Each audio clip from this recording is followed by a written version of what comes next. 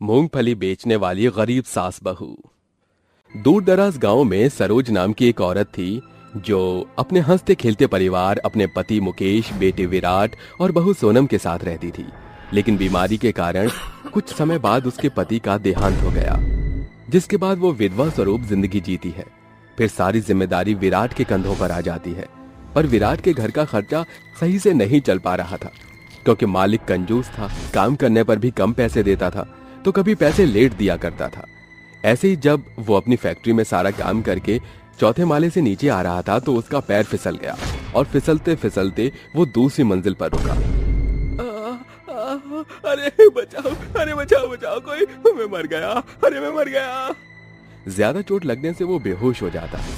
फिर आवाज सुनकर कारीगर उसे फौरन हॉस्पिटल ले जाते हैं, जहां डॉक्टर उसे एग्जामिन करते हैं और सोनम, सरोज भी वहां पहुंच जाती हैं। तभी डॉक्टर बाहर आकर बताता है, मिसेस सोनम, आप हैं?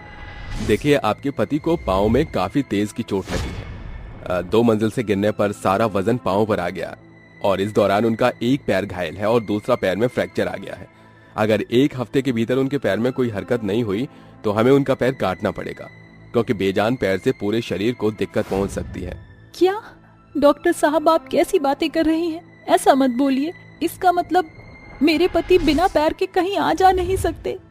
जीवन भर मैं उन्हें ऐसे नहीं देख सकती। हाँ डॉक्टर साहब, कुछ तो इलाज बताएं।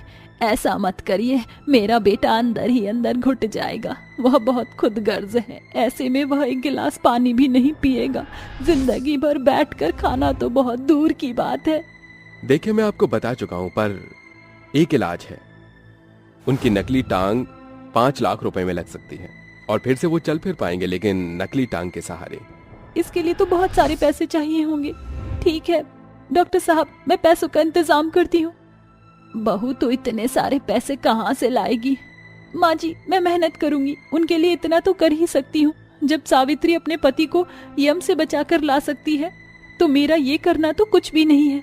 ठीक कहती है तू बहू। 4 दिन बाद विराट डिस्चार्ज होकर घर आ जाता है। विराट की दवाई आ जाती है, घर का खर्चा भी चलता ही है।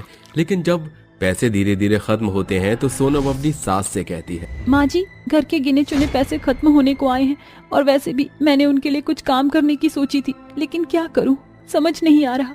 क्या काम करें जिससे हम घर का खर्चा चला पाए और इनके इलाज के पैसे भी इकट्ठे हो जाएं।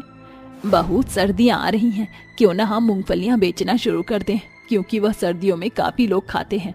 हर चीज में उसका उपयोग होता है, जैसे कि लोग लड्डू और गुड़ पट्टी में डालते हैं, उसका तेल बनाते हैं और उसे भूनकर भी खाते हैं, और कुछ लोग बच्चों के लिए मक्खन भी बनाते हैं इसका।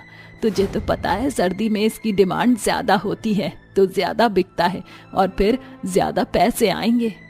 जी माँ जी, बिल्कुल सही गणित लगाकर बताया है आपने। क्यों विराट जी, ये सही है ना? हाँ, बहुत सही है ये। विराट जी, आप ऐसे निराश मत होइए, देखना आप एक दिन जरूर ठीक हो जाओगे। पता नहीं होगा या नहीं, सोचकर दिल घबराता है कि तुम्हें मेरी वजह से कितनी परेशानियों का सामना करना पड़ेगा। ऐसा लगता है कि बोझ बन गया हूँ तुम पर। अरे नहीं बेटा, ऐसे मत बोल। अपने अपनों पर बोझ नहीं होते, बल्कि ताकत होते हैं, और हम तेरी ताकत हैं। माँ जी, मेरी सोने की टूटी हुई अंगूठी पड़ी है, उसे बेचकर जो आएगा मैं मूंगफली के खेत वाले काका से ले लूंगी। ठीक है बेटा। ये कहकर सोनम अंगूठी को बेचकर पैसे ले आती है और खेत वाले काका को पैसे देकर उनसे कच्ची मूंगफली खरीद लेती है और एक ठेला लगाकर कढ़ाई में भून भून कर अपनी मूंगफलियों को बेचते हुए कहती है, आइए आइए, गर्मा गर्म मूंगफलियाँ खाइए। सर्दियों में अगर ये नहीं खाया तो क्या खाया। आइए आइए, 50 रुपए पाओ, 50 रुपए पाओ। मूंगफली ले जाओ, मूंगफली ले जाओ। अरे वाह, कितनी अच्छी खुशबू आ रही है आपकी मूंगफलियों की। आधी किलो मूंगफली कर दीजिए। ये लीजिए। अम्मा जी, मुझे भी 1 पाव मूंगफली दे दीजिए। सुनिए, मुझे छिली हुई मूंगफली भी दे दीजिए, नमक डालकर। ये सुनकर सास बहू आने वाले ग्राहकों को मूंगफलियां दे देते हैं। सर्दियों का मौसम आ गया था, इसलिए आसपास के सभी लोग मूंगफली को देखकर मूंगफली खरीदने आ रहे थे। पहले दिन ही उनके मूंगफली काफी बिक जाती है। शाम को पैसे गिनते हुए सास बहू कहती हैं, माँ जी, उम्मीद से ज्यादा पहले दिन ही पैसे इकट्ठे हो गए हैं मूंगफलियाँ बेचकर। हाँ बहू, ये तो तूने सही कहा। माँ जी, मूंगफली के साथ हम मूंगफली के लड्डू और गुड़ पट्टी बनाकर भी बेचें तो? अरे हाँ बहू, हमें यह भी करना चाहिए। ठीक है माँ जी, मैं कल बाजार से गुड़ लेकर आ जाऊंगी। ठीक है बहू। क्या हुआ माँ, आप दोनों बड़े खुश हो? पहले दिन ही मूंगफलियों की बिक्री काफी अच्छी हुई, बस वही बातें कर रहे थे। अच्छा। विराट जी, आपने दवाई खा ली? हाँ, मैंने खा ली, तुम चिंता मत करो। तुम नहीं तो मेरे पास दवाइयाँ रखी थी, क्योंकि मैं खुद तो चलकर नहीं ले सकता ना। अजी मैंने कहा था ना, आप इस तरह की बातें मत कीजिए। देखना बहुत जल्दी ठीक हो जाएंगे और खुद चल भी पाएंगे। 1 हफ्ता बाकी है, आप एक्सरसाइज करने की कोशिश कीजिए। आपके पैर में जरूर कोई ना कोई सुधार आ ही जाएगा। हाँ बेटा, बहू ठीक कहती है। ठीक है माँ। इस तरह सभी सो जाते हैं। अगले दिन सोनम बहू बाजार से गुड़ ले आती है और उसे पिघलाकर मूंगफलियों के लड्डू और गुड़पट्टी तैयार कर लेती है और मूंगफली के साथ उसे भी अपनी दुकान पर बेचने लगती है, जिसे खरीदने बहुत सारे लोग आते हैं। अरे बहन जी, जरा 1 किलो मूंगफली तोल दीजिए और 2 मूंगफली वाली गुड़पट्टी और लड्डू भी दे दीजिए। आंटी जी, मुझे भी दे दीजिए, ये लड्डू भी दे दीजिए। कितने का है? 20 रुपए का है बेटा। ये लीजिए भैया, आपकी मूंगफली, गुड़पट्टी, लड्डू। सास मूंगफली को कढ़ाई के अंदर रेत में भूनती है, वहीं बहू आने वाले ग्राहकों को सामान बेच देती है। इस तरह समय बीतता है। सास बहू का मूंगफलियों को बेचने का काम अच्छा चल रहा था। अच्छे खासे पैसे आ रहे थे, जिससे सोनम अपने पति को अच्छे डॉक्टर से इलाज करवाती है, उसे थेरेपी देती है और उसके पैरों की मालिश भी करती है। अगले हफ्ते तक उसके पैर हरकत करते हैं, जिसके बाद डॉक्टर उसका पैर काटने को मना कर देता है, पर 2 महीने की थेरेपी बताता है, जिस पर अभी भी काफी पैसा लगना बाकी था। हॉस्पिटल से आकर सोनम अपने पति से खुश होकर कहती है, विराट जी, मैंने कहा था ना, आप बिल्कुल ठीक हो जाएंगे। थोड़ा सा टाइम और, उसके बाद आप खुद अपने पैरों पर चल पाएंगे और आपको किसी के सहारे या नकली पैर की भी जरूरत नहीं है। हाँ सोनू, तुमने बिल्कुल ठीक कहा, और ये अब सिर्फ तुम्हारी और माँ की वजह से हुआ है। तुम दोनों ने मुझे इतनी हिम्मत दी, घर का खर्चा चलाकर मेरी दवाइयों का, थेरेपी का खर्चा उठाया, मेरी इतनी सेवा भी की। ये सब तुम्हारे एफर्ट्स की वजह से हुआ है, वरना मैं तो हिम्मत हार ही चुका था। बेटा, अब हमें इसमें शुक्रिया अदा कैसा? परिवार होता ही है कि वह हिम्मत दे सके, और मैं तो चाहती हूँ तू भी हमारे साथ मूंगफलियों के काम में लग जा। हाँ माँ, जरूर। आप दोनों मेरे दिल के आधे आधे टुकड़े हो, जिनके बिना मैं जी नहीं सकता। ये लीजिए, इसी बात पर मूंगफली से बनी गुड़पट्टी खाइए, मैंने बनाया है। अरे बहुत अच्छी बनाई है ये तुमने, बचपन में बहुत खाता था मैं। इस तरह सभी लोग एक साथ बैठकर खाना खाते हैं। ऐसे ही सास बहू सबको मूंगफलियां खिलाकर अपने घर की आर्थिक स्थिति ठीक कर लेती हैं। साथ ही विराट का पाँव भी धीरे धीरे ठीक हो जाता है और वो सहारे से चलने की कोशिश करता है। और पैसे जमा करने से सास बहू मूंगफलियों के अलावा और भी मेवे और सर्दी से जुड़ी रेबड़ी, नमकीन भी रखा करते थे। 8 महीने बीत जाते हैं और विराट अपने पैरों पर खुद चलता है, जिसके बाद वो मूंगफलियों की खेती करता है। गरीब सास बहू स्वेटर बेचने वाली। बूढ़ी बबीता ओट पर बैठी आंखें गड़ाए स्वेटर बुन रही थी। उसकी आंखों के आगे झुर्रियां पड़ चुकी थी। घर में कुछ 4 जन थे, उसका बेटा महेंद्र, बहू सुनीता और 5 साल का पोता राजू। उनके घर की माली हालत कुछ खास नहीं थी, बस जैसे तैसे गुजर बसर चल रहा था। बबीता की बूढ़ी हथेलियों में कढ़ाई बुनाई की कला कूट कूट कर भरी थी, इसलिए वो बरसों से स्वेटर बुनते आ रही थी। माँ, मैं खेत जा रहा हूँ। अरे बेटा, आज इतने भोर सवेरे ही खेत जा रहा है? हाँ माँ, वो फसलों की कटाई पास आ रही है ना, तो बनिहारी का काम बढ़ गया है। अभी काम है सो करना मुनासिब है, फिर क्या खबर हम गरीब पर बेरोजगारी अपना कहर ढा दे। हाँ बेटा, ये तो हम गरीबों के लिए सबसे भारी चुनौती बनी रहती है। देख बेटा, जाड़े का मौसम आने को है। अगर पैसे मिले तो बाजार से ऊन लेते आना। राजू के लिए दस्ताने और मोजे बुन दूंगी। पिछले बरस ठंड में ठिठुरते हुए जाड़े की मार झेलकर स्कूल जा रहा था। ठीक है माँ, मैं ले आऊंगा। महेंद्र मर्म लहजे में हामी भरकर खेत की ओर अग्रसर हो जाता है और बबीता स्वेटर बुनने लगती है। कुछ देर बाद, माँ जी, 10 बज गए हैं और अब तक आपने दातुन भी नहीं किया।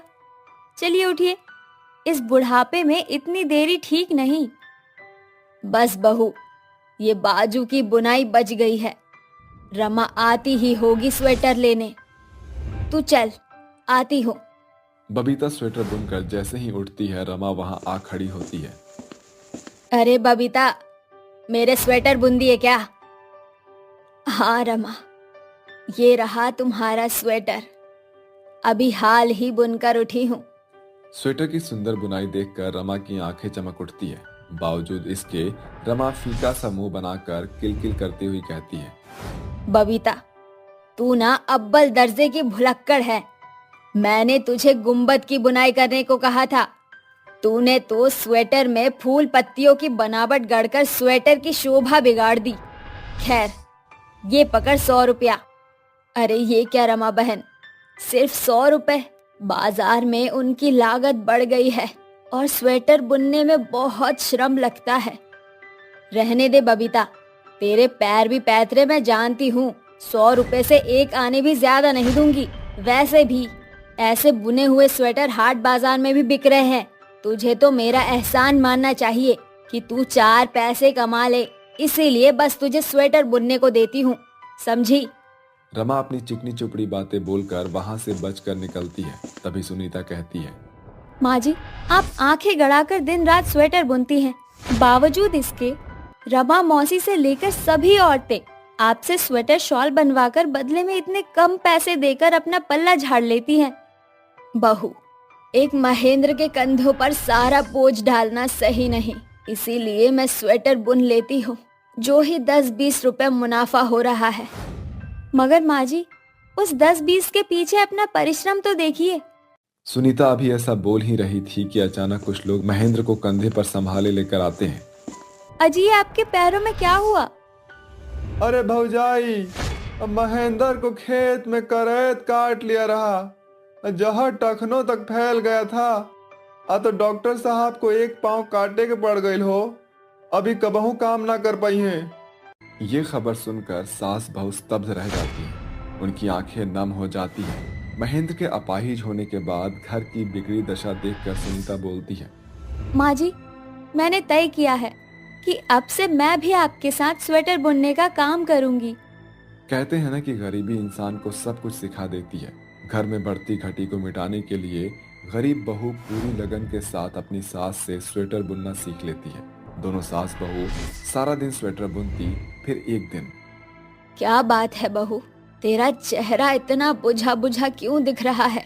क्या बताऊं माँ जी, सोचा था कि दोनों सास बहू साथ मिलकर स्वेटर बुनेंगी तो घर चलाना आसान हो जाएगा, मगर दिन रात के कड़े संघर्ष के बाद भी हमारे पास एक पाई की जोड़ती नहीं।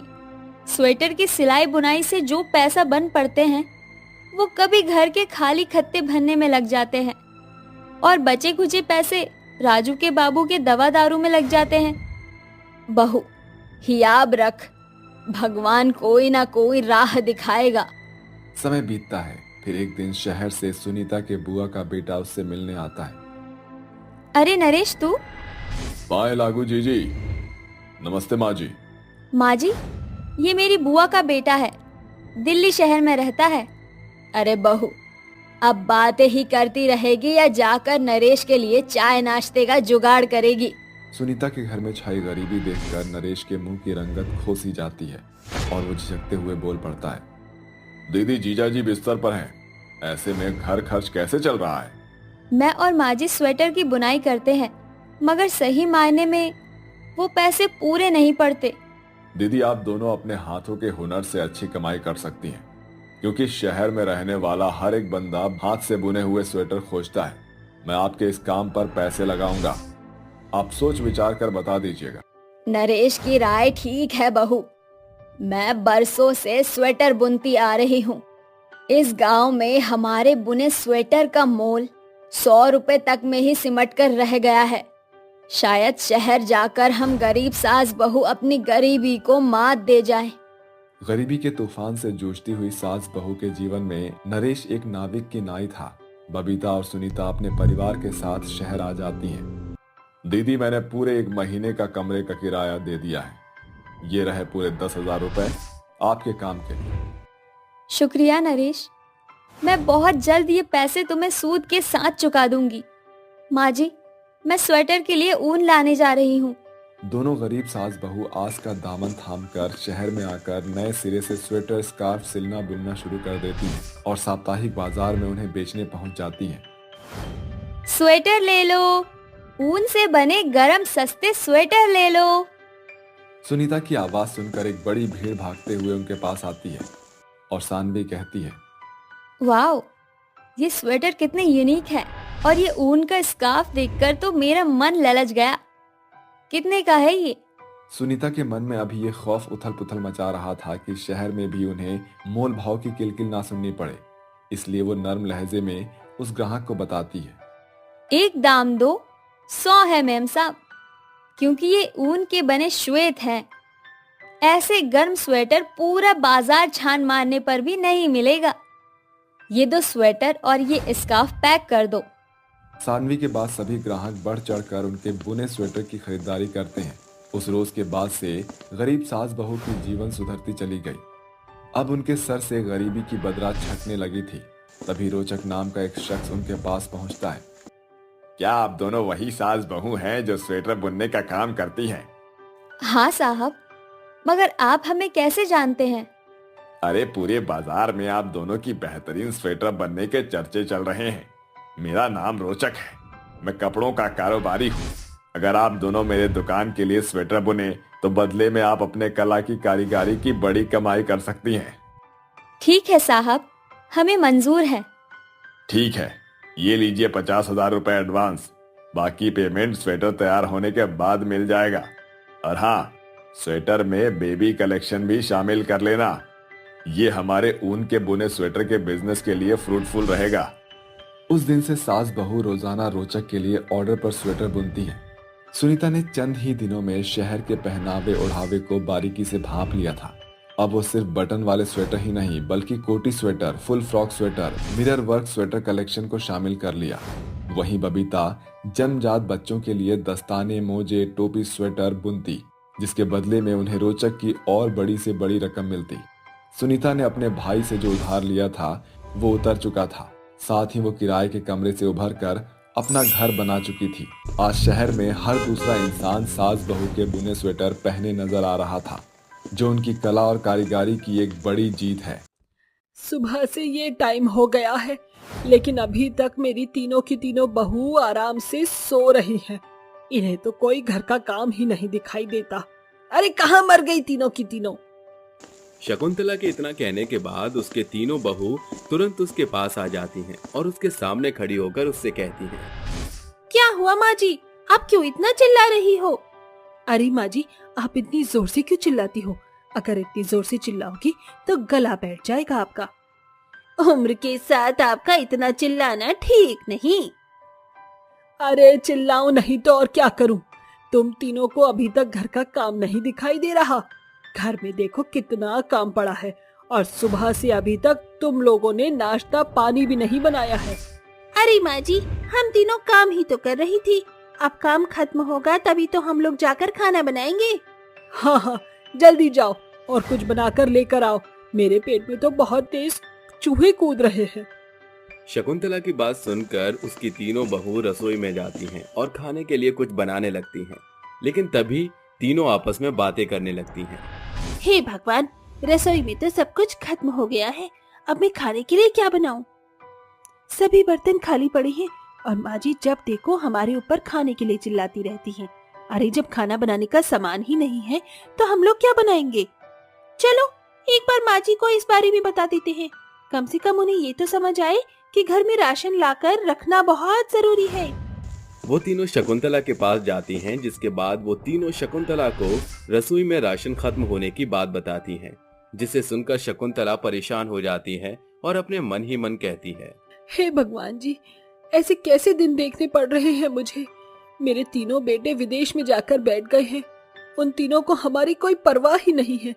जब से गए हैं एक बार भी हमारे बारे में कोई खैर खबर नहीं ली। अब मैं क्या करूं? शकुंतला अपने मन में सोच ही रही होती है कि तभी रूपा कहती है, माँ जी, मैं जानती हूँ कि आप क्या सोच रही हो। जब से हम तीनों के पति विदेश में गए हैं, घर का खर्चा पानी चलना बहुत ज्यादा मुश्किल हो गया है। लेकिन माँ जी, इसमें आपकी कोई भी गलती नहीं है। जब आपके बेटे इस घर की जिम्मेदारी को ही नहीं समझ सकती तो वो हमारी जिम्मेदारी क्या समझेंगे? अब हम लोग क्या करेंगे? न घर में राशन है न कुछ। हम तीनों आपकी बहू हैं। हम तीनों कहीं ना कहीं नौकरी ढूंढ ही लेंगे इस घर को चलाने के लिए। शकुंतला की तीनों बहू उससे बहुत प्यार करती थी, जिसके चलते वो तीनों नौकरी ढूंढने की कोशिश करती हैं, लेकिन 3 से 4 दिन तक ढूंढने के बाद भी उन्हें कोई नौकरी नहीं मिलती, जिसके चलते अब उनके घर में और भी ज्यादा परेशानी आने लगती है। एक दिन शकुंतला परेशान होकर टहलने के लिए बाहर निकल पड़ती है। हे भगवान, हमारी परेशानी है, अब कैसे हल होगी ये? मेरे तीनों बेटे तो आने का नाम ही नहीं ले रहे, यहाँ तक कि मेरा फोन भी नहीं उठा रहे। घर के खर्चे चलाना तो बहुत ज्यादा मुश्किल होता ही जा रहा है। शकुंतला परेशान होकर चलती रहती है। कुछ ही दूरी पर चलने के बाद उसे एक आदमी समोसे बेचता हुआ दिखाई पड़ता है। बहुत तेज भूख लगी है, एक काम करती हूँ, इस समोसे वाले से एक समोसा उधार ले लेती हूँ। शकुंतला समोसे वाले के पास जाती है और उसी से समोसा उधार मांगती है, लेकिन वो समोसे वाला उसे एक भी समोसा उधार नहीं देता। अरे अरे, कहाँ से आ गई तुम यहाँ पे? मेरी दुकान से चली जाओ, यहाँ कोई समोसा वोसा नहीं है। अगर तुम्हारे पास पैसे हैं तो मुझे पैसे दो, मैं तुम्हें समोसे दे दूंगा। ये दुकान मैंने फ्री की सेवा करने के लिए नहीं लगाई है। ये सुनकर बेचारी शकुंतला को बहुत दुख होता है, जिसके बाद वो निराश होकर वहां से चली जाती है। तभी उसके दिमाग में ख्याल आता है, वैसे ये समोसे का काम बहुत अच्छा है, क्यों ना मैं अपनी तीनों बहुओं के साथ मिलकर समोसे का काम खोल लूं, जिसके चलते हमारे घर के रोजाना के खर्चे तो निकल ही जाएंगे। ऐसा सोचकर शकुंतला अपनी तीनों बहुओं के पास आती है और उन्हें समोसे के काम के बारे में समझाती है, जिसे सुनकर उसकी तीनों बहुएं समोसे का काम करने के लिए तैयार हो जाती हैं। अरे वाह माँ जी, ये तो आपने बहुत अच्छा सोचा। समोसे के काम करने से हम अच्छा खासा कमा सकते हैं। हाँ हाँ, और फिर अगर हम खुद का काम शुरू करेंगे तो हम उसमें आगे भी बढ़ सकते हैं। ये तो बहुत अच्छी बात है। लेकिन समोसे बेचने का काम हम लोग करेंगे कैसे? क्योंकि हमारे पास तो पैसे ही नहीं हैं और बिना पैसों के काम करना तो बहुत ही मुश्किल है। तभी शकुंतला अपनी अलमारी में से अपने सोने का मंगलसूत्र निकाल कर लाती है, जिसके बाद वो उस मंगलसूत्र को देखकर कहती है, तुम्हारे बाबूजी तो अब इस दुनिया में नहीं रहे, तो फिर उनकी निशानी रखकर मैं क्या ही करूंगी? मैं इस मंगलसूत्र को बेच दूंगी। लेकिन माँ जी, आपने इतने समय से इस मंगलसूत्र को इतना संभाल कर रखा था, आज अचानक आप इस मंगलसूत्र को कैसे बेच दोगे? देख बहू, मरे हुए लोगों से ज्यादा जिंदा लोगों का मूल्य होता है। मेरे लिए इस समय तुम्हारा मूल्य बहुत ज्यादा है, इसीलिए मैं इस मंगलसूत्र को बेच दूंगी।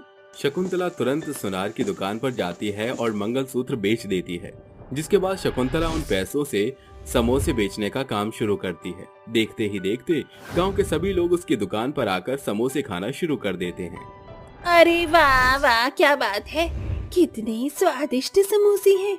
इतने स्वादिष्ट समोसे तो मैंने पहले कभी भी नहीं खाए। अरे आखिर बनाई भी तो शकुंतला बहन ने है, इनके हाथों में तो शुरू से ही जादू है, तभी तो ये इतने स्वादिष्ट बने हैं। देखते ही देखते शकुंतला की समोसे की दुकान के आसपास चारों तरफ गांव वालों की भीड़ लग जाती है, जिसके बाद शकुंतला की तीनों बहू उसकी मदद करना शुरू कर देती हैं। एक समोसे बनाती है तो दूसरी समोसे ग्राहकों को देती है, वहीं दूसरी ग्राहकों से पैसे इकट्ठे करती है। देखते ही देखते सुबह से शाम तक वो समोसे बेचकर अच्छा पैसा कमा लेते हैं। शाम को जब वो वापस जाने लगते हैं तो शकुंतला रूपा से कहती है, अरे बहू, जरा मुझे बता तो सही कि आज हमने कितनी कमाई की है? अरे माँ जी, 1000 रुपए की लागत लगाने के बाद हमने ऊपर से पूरे 4000 रुपए कमाए हैं। अरे वाह, ये तो बहुत अच्छी बात है। उस दिन शकुंतला अपनी तीनों बहुओं के साथ खुशी खुशी अपने घर लौट आती है, जिसके बाद वो रोजाना समोसे बेचने का काम करती रहती है। देखते ही देखते अब वो एक बड़ी सी समोसे की दुकान खोल लेती है। एक दिन उसके तीनों बेटे विदेश से वापस लौट आते हैं, लेकिन वापस आने के बाद भी उनके हाथ खाली होते हैं और वो अपनी माँ की समोसे की दुकान देखकर अपनी माँ की दुकान में जाते हैं और अपनी माँ से कहते हैं, माँ, क्या बात है, आपने तो बहुत अच्छा काम शुरू कर रखा है। लगता है आपका काम बहुत जोरों शोरों से चल रहा है। चलो अच्छी बात है, विदेश में तो हम लोगों का कुछ नहीं हुआ, कम से कम अब अपने गांव में ही कुछ कर लेंगे। चले जाओ यहाँ से, तुम्हें इस दुकान में आने की कोई जरूरत नहीं है। अरे तुम तीनों विदेश जाकर ऐशो आराम उठा रहे थे, तुमने एक बार भी हमारे बारे में नहीं सोचा। मुझे तुम्हारे विदेश में रहने की पूरी खबर है। तुमने अपना सारा पैसा जुए खेलने में और लड़कियों में उड़ा दिया। अरे तुमने तो एक बार भी अपनी माँ का ख्याल नहीं किया। शकुंतला की बात सुनकर उन तीनों की गर्दन नीचे झुक जाती है, जिसके बाद उन्हें कुछ समझ नहीं आता और वो दुकान से वापस निकल जाते हैं। उस दिन के बाद से शकुंतला अपनी तीनों बहुओं के साथ खुशी खुशी समोसे की दुकान चलाती रहती है।